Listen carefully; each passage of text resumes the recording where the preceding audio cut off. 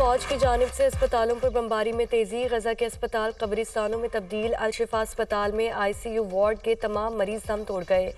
عرب media کے مطابق اسپتال کے انکیوبیٹرز میں موجود تمام قبل از وقت پیدا ہونے والے بچوں کو نکال لیا گیا، جن میں سے مزید 5 بچوں نے دم توڑ دیا۔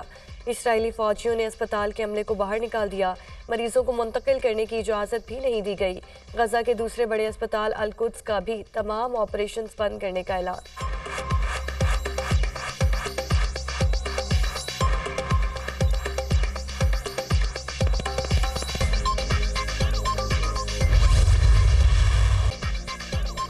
غزہ میں ڈاکٹرز اور طبی عملہ مسلسل اسرائیل کے نشانے پر، اسپتالوں پر مختلف حملوں میں طبی حملے کے 192 افراد شہید۔ فلسطینی وزارت صحت کے مطابق غزہ میں مجموعی طور پر 11,000 سے زائد فلسطینی شہید، 8,000 سے زائد بچے اور خواتین بھی شامل۔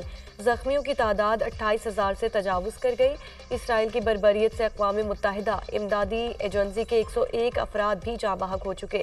غزہ میں فلسطینی شہری دفاع کے 18 اہلکار بھی جان سے ہاتھ دھو بیٹھے۔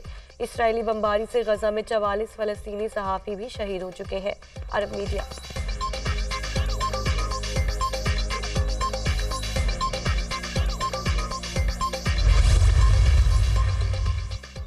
الشفا اسپتال پر حملوں کے بعد حماس نے غمالیوں کی رہائی سے متعلق مذاکرات معطل کر دیے۔ صہیونی فورسز نے الشفا اسپتال کا مکمل طور پر گھیراؤ کر رکھا ہے۔ ایسے ماحول میں ثالثی کرانے والوں سے کوئی بات چیت نہیں ہوگی۔ حماس کا اعلان، اسپتال پر اسرائیل کی جانب سے مختلف اطراف سے حملے کیے جا رہے ہیں، فلسطینی حکام۔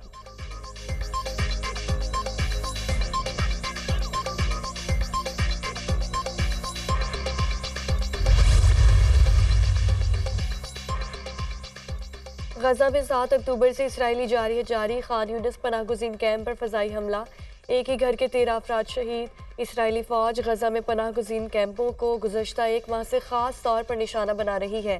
اسرائیلی بمباری سے مکانات ملبے کا ڈھیر بن گئے۔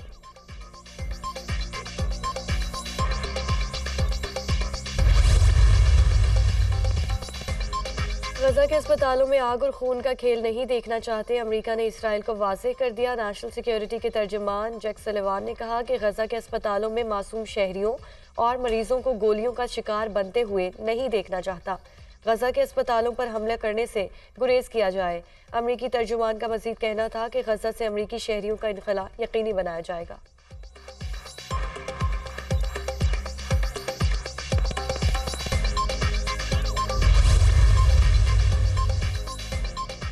جنگ جتنی لمبی ہوگی، غزہ کی ریت میں اسرائیل کے پاؤں اتنے زیادہ دھنس جائیں گے۔ حماس نے اسرائیل کو خبردار کر دیا۔ ترجمان حماس اسامہ حمدان کا کہنا ہے کہ غزہ میں صہیونی فورسز کو قدم قدم پر رسوائی کا سامنا ہے۔ غزہ کے اسپتال کے جرم پر جواب دہ ٹھہرانے میں ناکامی پر اسرائیل کو مزید اسپتالوں میں قتل عام کا موقع ملا۔ اقوام متحدہ نے غزہ میں اپنے اسکول پر اسرائیلی بمباری میں کئی فلسطینیوں کی شہادت کا اعتراف کیا۔ ان کا مزید کہنا تھا کہ ریاض سربراہی اجلاس میں غزہ کا محاصرہ ختم کرانے کے فیصلے کا خیر مقدم کرتے ہیں۔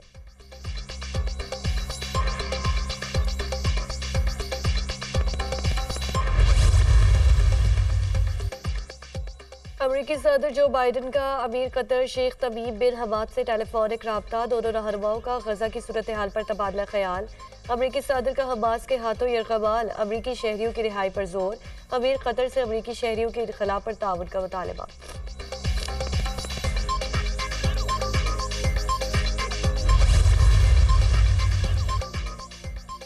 جنوبی افریقہ کی وزیر خارجہ کا انٹرنیشنل کرمنل کورٹ سے اسرائیلی وزیر اعظم کے وارنٹ گرفتاری جاری کرنے کا مطالبہ۔ انسانی حقوق کی خلاف ورزیوں پر نیتن یاہو کو گرفتار کیا جائے۔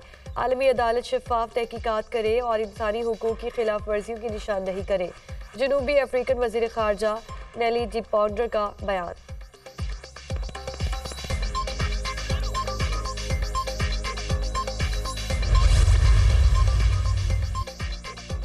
وفاقی حکومت نے سائفر کیس کے جیل ٹرائل کی منظوری دے دی۔ مرکزی اور شریک ملزمان کا ٹرائل جیل میں ہوگا۔ وفاقی کابینہ نے سرکولیشن کے ذریعے سمری کی منظوری دے دی۔ سائفر کیس کے جیل ٹرائل کی سمری وزارت قانون نے بھجوائی تھی۔